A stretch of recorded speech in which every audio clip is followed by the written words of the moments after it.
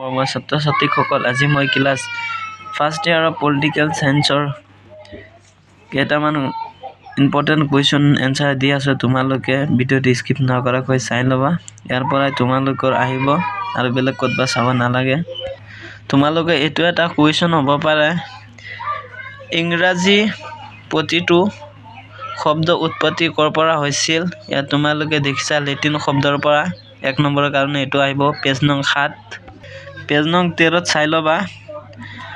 ভাৰতীয়ৰ নতুন সংবিধান 1950 চনৰ 26 জানুৱাৰী তাৰিখে কাৰ্যকৰী কৰা হয়। তোমালোকে এনেকুৱা কুৱেশ্যন আহিব পাৰে, ভাৰতীয় নতুন সংবিধান কিমান তাৰিখে কাৰ্যকৰী কৰা হয়?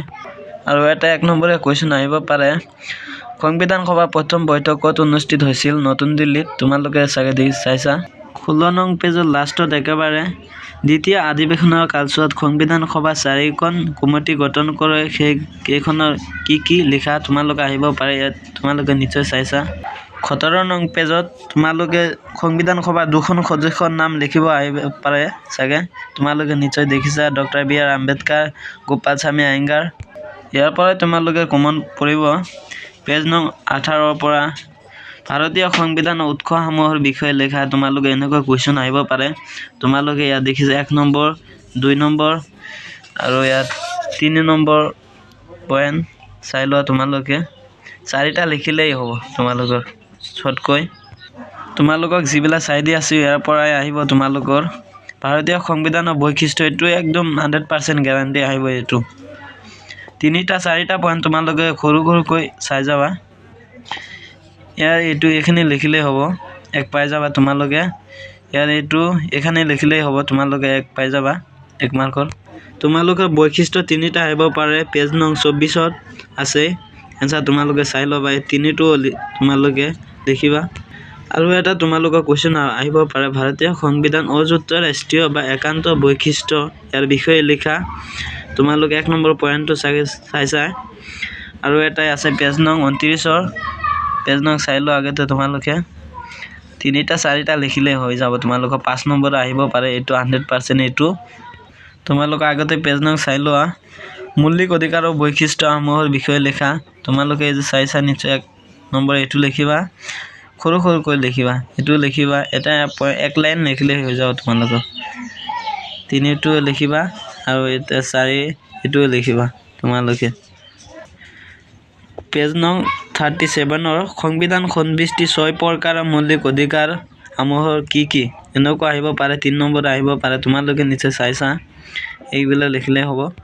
পেজ নং 38ৰ ক্ষমতাৰ অধিকাৰ ভাৰতীয় সংবিধান কিমান নং অনুচ্ছেদত দিয়া আছে? 3য় মৌলিক অধিকাৰ, এইটো চাইছা তোমালোকে 3য় নং অনুচ্ছেদত। পেজ নং 45ৰ তোমালোকৰ ভাৰতীয় নাগৰিকৰ মৌলিক কৰ্তব্যসমূহৰ বিষয়ে লিখা। তোমালোকে এইবিলাক চাই লিখিলেই হৈ যাব তোমালোকৰ। 4-5টা পইণ্ট লিখিলেই হৈ যাব তোমালোকৰ। এতিয়া এক্সাম আহিছে, তোমালোকে ভালকৈ চাই ল'বা। পেজ নং 46ৰ মৌলিক কৰ্তব্যসমূহৰ গুণ আহিব পাৰে তোমালোকৰ। মৌলিক কৰ্তব্যৰ দোষ, তোমালোকে 2-3টা পেৰেগ্ৰাফ ভালকৈ চাই যাবা। তোমালোকৰ পেজ নং 48ৰ ইম্পৰ্টেণ্ট এইটো হয় গান্ধীবাদী নীতি। তোমালোকে নিশ্চয় চাইছা এইটো। 4-5টা পইণ্ট তোমালোকে ভালকৈ চাই এক্সামত বহিবা, চাই দি আছোঁ। পেজ নং 74ত তোমালোকে নিৰ্বাচন আয়োগৰ ক্ষমতা আৰু কাৰ্যৱালী, এইটো ইম্পৰ্টেণ্ট হয় বহুত। তোমালোকে এইটো আহিবই, তোমালোকে ভালকৈ চাই লোৱা। 3 নম্বৰটো চাই লোৱা, তোমালোকে সৰুকৈ লিখিবা। এইখিনি লিখিলে তোমালোকে পাই যাবা।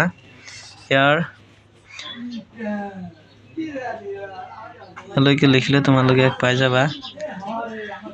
তোমালোকে চাগে পেজ নং নিশ্চয় চাইছা, ভাৰতীয় নিৰ্বাচন ব্যৱস্থাৰ সন্মুখীন হোৱা প্ৰত্যাহ্বানসমূহৰ বিষয়ে লিখা। তোমালোকে এনেকুৱা কুৱেশ্যন আহিব পাৰে, তোমালোকে 6 মাৰ্কৰ আহিব পাৰে। 6 মাৰ্কৰ আহিলে 6টা লিখিলে তোমালোকে পাই যাবা। বিভিন্ন প্ৰকাৰৰ কাৰ্যপালিকা কি? তোমালোকে এইটো আহিব পাৰে। তোমালোকে যে অৰাজনৈতিক বা স্থানীয় কাৰ্যপালিকা, ৰাজনীতিক কাৰ্যপালিকা, এই 2টা লিখিলেই পাই যাবা তোমালোকে 2। পেজ নং 84ৰ তোমালোকে এইটো বহুত ইম্পৰ্টেণ্ট হয়, ভাৰতৰ ৰাষ্ট্ৰপতি হ'বলৈ কি যোগ্যতা লাগিব? তোমালোকে এনেকুৱা কুৱেশ্যন আহিব পাৰে। 1 নম্বৰটো তোমালোকে চাই লোৱা।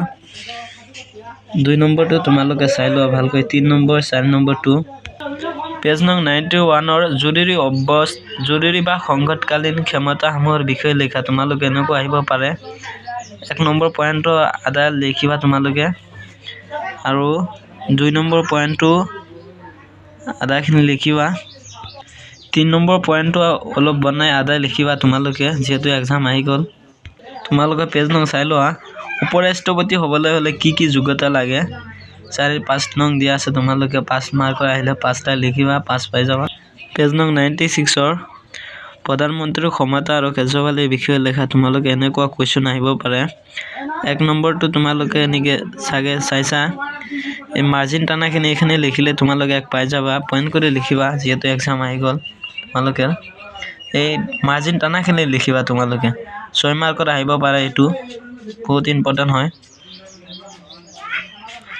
পেজ নং 101 ৰ মন্ত্ৰী পৰিষদৰ বৈশিষ্ট্যসমূহৰ বিষয়ে লেখা তোমালোকে এনেকুৱা কোৱেশ্চন আহিব পাৰে তোমালোকে মাৰ্জিন টানাখিনি লিখিবা 1 নম্বৰ 6 নম্বৰ আহিলে তোমালোকে 6টা পইণ্ট লিখি দিবা 6 মাৰ্ক পাই যাও পেজ নং 105 ৰ ভাৰতৰ প্ৰথম ৰাষ্ট্ৰপতি কোন আছিল তোমালোকে চাগে চাইছা ইয়াত ডক্টৰ ৰাজেন্দ্ৰ প্ৰসাদ এটো 1 নম্বৰৰ কাৰণে বহুত ইম্পৰ্টেন্ট পেজ নং 111 ৰ দ্বিখণ্ডীয় বিধানমণ্ডল থকা ৰাজ্য কেইখনৰ নাম লিখা তোমালোকে চাগে নিশ্চয় চাইছা বিহাৰ কৰ্ণাটক মহাৰাষ্ট্ৰ উত্তৰ প্ৰদেশ তেলেংগানা অন্ধ্ৰ প্ৰদেশ পেজ নং 114 ৰাজ্যসভাৰ ক্ষমতা আৰু কাৰ্যবালীৰ বিষয়ে লিখা তোমালোকে পইণ্ট চাগে নিশ্চয় দেখিছা মাৰ্জিন টানাখিনি লিখিবা 1 মাৰ্ক পাই যাবা বলকৈ লিখিবা এলে 5টা লিখিবা তোমালোকে 5টা পইণ্ট লিখি দিবা